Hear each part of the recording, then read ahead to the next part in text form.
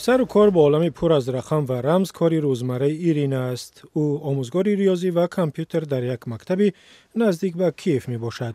اما این تنها کاری او نیست. هر 3 روز ایرینا برای کمک به یک پایگاه نظامی می رود. داخل ماشین لباس آموزگاری را به لباس نظامی عوض می کند. وقتی خانه رفتن ندارم، زره را در پایگاه نظامی می پوشم. هرچند از آغاز حمله روسیه به اوکراین به نظامیان کمک میکرد، ولی همیشه به این فکر بود که باید از این بیشتر دستیاری دراز کند. من اعلانی را دیدم که نیاز به کمک رسانهای زن است. من 51 سالم و دودیله بودم، ولی تصمیم گرفتم که میروم. 3 فرزند دارم. میخواهم آنها را محافظت کنم. تأسیس دسته یاوران اختیاری پیشنهاد سرهنگ یا پلکونیک اندری ورلاتی بود.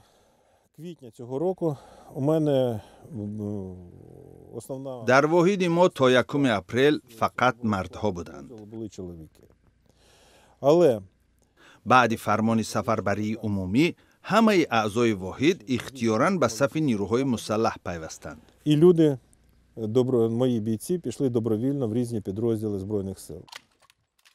ورلاتی گفت به واحد آنها نظامیانی بازنشسته زنان و آنهای میتوانند بپیوندند که قابل خدمت در ارتش نیستند. На 1 вересня було 93 жінки. 93 жінки. تا 1 سپتامبر از 120 نفر اختیاری 94 نفرشان زن По بود. факту було всього 120 людей. Жінка زنان کوشش میکنند بهترین باشند، مسئولیتی بلند و عزم قوی دارند. доводити все до такої степені, щоб воно було найкраще. زنان همراه کارمندان پلیس شهر را پاسبانی میکنند و برای دفاع از حمله های هوایی تعلیم میگیرند.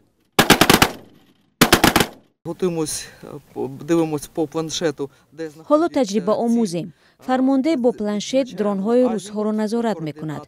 ما با پولومت‌ها هدف را نشان میگیریم. همه این زنان از کناره‌های کیف می باشند که در آغاز جنگ روس‌ها اشغال کردند.